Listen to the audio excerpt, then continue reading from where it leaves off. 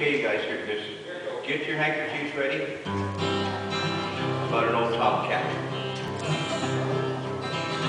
Big Tom, big Tom, big bad Tom. Well, every night from the alley when the moon was high, a big tough cat come strutting by. The claws in his paws were like 10 penny nails, and everybody knew he didn't step on the tail of Big Tom. After daylight, no one knew where he went, but everybody knew he didn't pay no rent. When you passed him on the street, you made a little bow, and if you spoke at all, you just said meow, Big Tom. Big Tom, Big Tom, Big Bad Tom. Well, then came that night on a one-way street when they heard the rumble of 4 big feet. The iron bulldog, grinning wide, left them all there paralyzed side by side, except Tom. When the rest of them stood there just frozen with fear, Big Tom grabbed a mouthful of bulldog ear. They found Tom's body after the clash of the 49 cats in a barrel of trash of Big Tom. Big Tom, Big Tom, Big Bad Tom. While they dug through the beets and the coffee grounds and the watermelon rinds and the bozo clouds, when they reached the cabins and the apple cores, everybody knew they could do no more for Big Tom. Humping Big Tom, Big Tom, Big Bad Tom. Well, they never reopened that worthless can. They just left a note for the garbage man. When you pass by here, remove your hat. Because at the bottom of this can lies a big, tough cat. Big Tom. Big Tom. Big Tom. Big Bad Tom. A tough, tough cat. Big Bad Tom.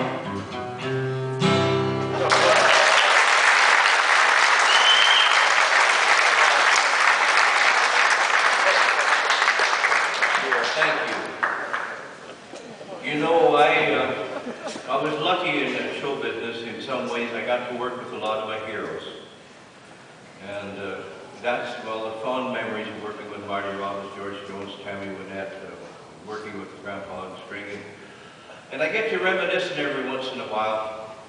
Worked a show with Jack Green a while back, 10, 11, 12 years ago, and I was on my way home. It was close to home, and I stopped at the grocery store, and this gal was giving away kittens. Perfectly matched pair of little twin brothers. Well, Nancy and I have a fireside lodge in Spirit Lake, and we need some Mausers.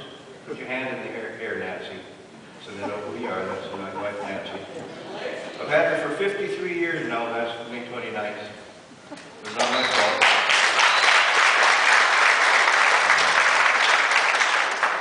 It's not my fault. Anyway, I brought these kittens home, and Nancy looked in the box. She saw 2 half-starved kittens, big heads and little bodies. She looked at me and said, of all the kittens in the world, these are the ugliest kittens I've ever seen. She named them Skinny and Scrawny. This is a true story. Skinny and Scrawny were brothers. They were nearly identical twins. Scrawny was a loving, mouse-eating monster, and that was the biggest sin. But they were just cats. And that was that. Skinny asleep in the sun, a big red-tailed hawk-up bear. He spied dinner and down he came. Scrawny took him out of the air, used his brother for bait. Very deadly pair. Skinny next time was the hitman, Canada goose their prey. He grabbed the drumstick, Scrawny dove in. The goose stumped them both that day. The goose enjoyed it. Now the cats don't stray. Next time they cornered a fighting squirrel, the squirrel held them both at bay. Scrawny climbed in, the squirrel climbed on, and rode him for quite a way. That's everything they learned the hard way. One day Nancy felt tender-hearted, said it's 20 below outside. I think I'll let them in and feed them in here, warm up their poor cold hides. They were just cats, but now they're house cats. Skinny ended up in the dog crib, Scrawny on a chair by the fire. And the look on their face said, from now on to be a house cat's our desire. If we gotta be cats, we wanna be house cats. There's a moral to this story, never be nice to a cat. They'll dig up spots, puke on the rug, and terrible things like scat, 'cause they're just cats. Even though they're house cats, they're just cats, and I love cats.